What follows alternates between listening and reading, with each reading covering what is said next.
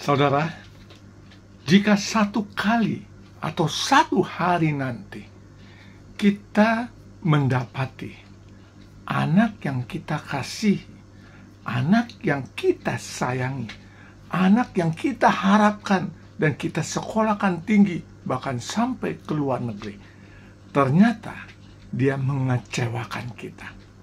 Ternyata dia tidak melakukan seperti apa yang kita harapkan. Ternyata dia sudah lari atau melenceng dari nilai-nilai yang selama ini kita tanamkan dalam dirinya. Bahkan dia menjadi anak-anak yang liar. Sebagai orang tua, saudara, pertanyaan saya, bagaimanakah sikap kita menghadapi anak-anak seperti ini? Saudara, kalau anak-anak kita menjadi seperti itu, jangan salahkan anak saudara. Mari kita introspeksi diri kita sendiri. Apa yang kita ajarkan kepada anak-anak kita selama ini, saudara? Kita tidak pernah mungkin menanamkan nilai-nilai kebaikan kepada anak kita. Saudara, saya melihat banyak anak. Dari kecil mereka sudah melihat gaya hidup dari papa mamanya yang high class. Misalnya saudara, ibunya selalu memakai tas yang bermerek. Dia selalu tidak boleh bergaul atau tidak boleh merasakan kesulitan kesusahan seperti orang-orang.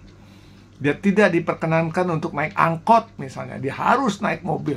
Dia diajarkan harus bagaimana bergaul dengan orang-orang yang berada. Anak kita saudara, dari kecil sudah diajar materialistis, sehingga dia lebih mengasihi uang, kedudukan, harta daripada sesama manusia. Nilai-nilai yang kita tanamkan yang tidak sengaja, saudara. Saya percaya orang tua tidak sengaja menanamkan hal ini, karena dia mengasihi anaknya dan tidak mau anaknya susah, maka dia memberikan segala fasilitas kepada anaknya. Namun ini ternyata bisa merusak anak-anak kita. Namun saudara, apapun juga, dia adalah anak kita, saudara. Kita harus belajar menerima realita anak kita bahwa tidak sesuai dengan apa yang kita harapkan. Lalu kita harus bagaimana, saudara? Tetap bukan menerima kita sebagai anak kita. Tetapi, saudara, kita juga tetap harus membicarakan dan berani mengatakan kepada anak-anak kita atas kesalahan kita di dalam mendidik dia waktu kecil. Dan kita juga terus mendoakan anak-anak kita untuk boleh mendapat pencerahan dari Tuhan untuk hidup benar. Dan bagi kita yang anak-anak masih kecil, marilah kita didik anak-anak kita. Kita beri batasan-batasan nilai-nilai. Bahkan mungkin kita harus mengajarkan anak kita hidup susah agar dia mengerti apa itu kesusahan. Tidak selalu mengalami keenakan di dalam hidupnya.